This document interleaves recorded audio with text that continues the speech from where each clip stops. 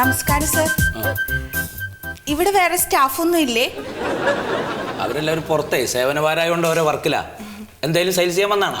അയ്യോ അല്ല, ഞാൻ ഇതേ ഡിപ്പാർട്ട്മെന്റിൽ തന്നെയാ വർക്ക് ചെയ്യണേ, നമ്മുടെ നെയ്യാറ്റിൻകര ഓഫീസില്. അതെ, ഇരിക്കും. Thank you. അപ്പൊ ഇന്ന് പോയില്ലേ? ലീവാണോ? ഇല്ല, 2 ആഴ്ചയായി പോയിട്ട്. അവിടെ ഓഫീസിൽ ആരും ഇല്ല. നെയ്യാറ്റിൻകരയിൽ വെള്ളം കയറിയോ? അയ്യോ അതല്ല, എല്ലാരും ദൂരെയുള്ളവരാ. പിന്നെ ഇപ്പൊ ഈ ഗാന്ധി ജയന്തി വാരാഘോഷം എന്നൊക്കെ പറഞ്ഞിട്ട് ഫീൽഡിലാന്നും പറഞ്ഞ എല്ലാരും വീട്ടിലിരിക്കുക. സാർ, ഇവിടുത്തെ ഓഫീസർ ആളെങ്ങനാ? ഒരു 65 കിലോ വെയിറ്റ് കാണും. പിന്നെ കുറച്ച് താടിയുണ്ട്. എന്റെ അത്ര ഏകദേശം തടിയുണ്ട്. ഹൈറ്റ് എന്റെ അത്ര ഇല്ല. അയ്യോ അതല്ല സാർ, ഈ സ്വഭാവം എങ്ങനെയാ? തങ്കപ്പെട്ട മനുഷ്യന്. പിന്നെ വല്ല കല്യാണാലോചനയായിട്ട് വന്നെങ്കിൽ നടക്കില്ല. 2 കുട്ടികളുണ്ട്. സാറിന്റെ ഒരു കാര്യം അതല്ല, നമ്മുടെ കരിങ്ങാല ഓഫീസില് ഒരു ഒഴിവുണ്ടെന്ന് അറിഞ്ഞേ. എനിക്ക് അങ്ങോട്ട് ട്രാൻസ്ഫറിന് ശ്രമിക്കാനായിരുന്നു. ഓ, സ്ഥലം മാറ്റം. എനിക്ക് കിട്ടുന്ന 100% ഉറപ്പുണ്ട്. എന്നാലും നമ്മൾ പ്രവർത്തിക്കാനുള്ളത് വേണ്ടാന്ന് വെക്കാൻ പറ്റില്ലല്ലോ. പ്രവർത്തിക്കുന്നവരെ പ്രോത്സാഹിപ്പിക്കുമെന്നും പ്രവൃത്തിയാണ് ദൈവമെന്നും അല്ല, പ്രവർത്തിക്കുന്നവരെ സഹായിക്കണം, പ്രോത്സാഹിപ്പിക്കണം. എന്റെ ഭർത്താവ് ഗൾഫിലാ ജോലി ചെയ്യണതേ. പ്രവാസികളുടെ ഭാര്യമാർക്ക് പെട്ടെന്ന് ട്രാൻസ്ഫർ അനുവദിക്കുമല്ലോ. ഞാൻ അപേക്ഷ കൊടുത്തിരുന്നു. ഇപ്പൊ എന്തായെന്ന് അറിയാൻ വേണ്ടി വന്നതാ. അല്ല, ഇപ്പൊ ജോലിക്ക് പോണോടത്ത് എന്താ പ്രശ്നം? വലിയ ബുദ്ധിമുട്ടാ സാറേ. രാവിലെ 10:45 ട്രെയിൻ ഒരു വിധത്തിൽ ഞാൻ ഓടിക്കേറും. അവിടെ എത്തുമ്പോ 11:30 ആവും. പിന്നെ തിരിച്ചിങ്ങോട്ട് 3:30 ട്രെയിന് വരും.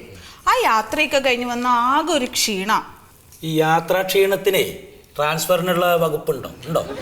ഇല്ലല്ലോ.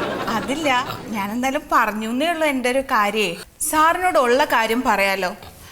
എൻ്റെ ഭർത്താവ് കഴിഞ്ഞ ലീവിന് വന്നപ്പോൾ 50 ലക്ഷം രൂപയ്ക്ക് കുറച്ച് സ്ഥലം വാങ്ങി. അവിടെ ഒരു 4 നില കടമുറി പണിതു. എന്നിട്ട് അതിന്റെ വാർപ്പായപ്പോഴേക്കും മൂപ്പർക്ക് തിരിച്ചു പോകാൻ സമയമായി.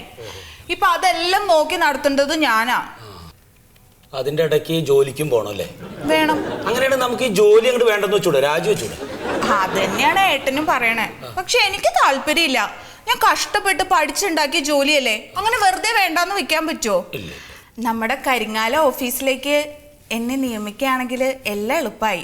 വീട്ടിലെ കാര്യങ്ങളും നോക്കാം, കുട്ടികളുടെ കാര്യവും നോക്കാം, പിന്നെ ഈ കടമുറിയുടെ കാര്യം നോക്കാം, ജോലിക്കും പോവാം. സംഗതി ശരിയാണ്. പക്ഷെ ഒരുപാട് അപേക്ഷകളാണ് ഇവിടെ കെട്ടിക്കിടക്കുന്നത്. അതിൽ ധാരാളം ഈ പ്രവാസികൾക്ക് വേണ്ടിയിട്ടുള്ള. സാർ എങ്ങനെയെങ്കിലും ഒന്ന് ഇവിടുത്തെ ഓഫീസറോട് പറഞ്ഞ് ശരിയാക്കി തരണം. എനിക്ക് വേണ്ടി ഈ ഉപകാരം ഒന്ന് ചെയ്തു തരണം. ഉപകാരം ചെയ്യാം, പക്ഷെ ഉപകാരം ചെയ്യുമ്പോൾ പ്രത്യുപകാരം ചെയ്യണമെന്നാണ് മഹാത്മാവ് പറഞ്ഞിട്ടുള്ളത്. അതിനെന്താ സാറേ, ഇനി ഏട്ടൻ ഗൾഫിൽ നിന്ന് വരുമ്പോ ഒരു നല്ല സ്പ്രേ സാറിന് ഞാൻ കൊണ്ടുവരാൻ പറയും. ഒരു തവണ അടിച്ചാൽ മതി, 1 വർഷത്തേക്ക് അതിന്റെ മണം മാറില്ല. 150 റിയാല അതിന്റെ വില. ഒരു ട്രാൻസ്ഫറിന് ഇത്രയും തോനെ മണം വേണം? വേണ്ടേ? അത് വേണ്ട. സാറെന്താ എഴുതണേ?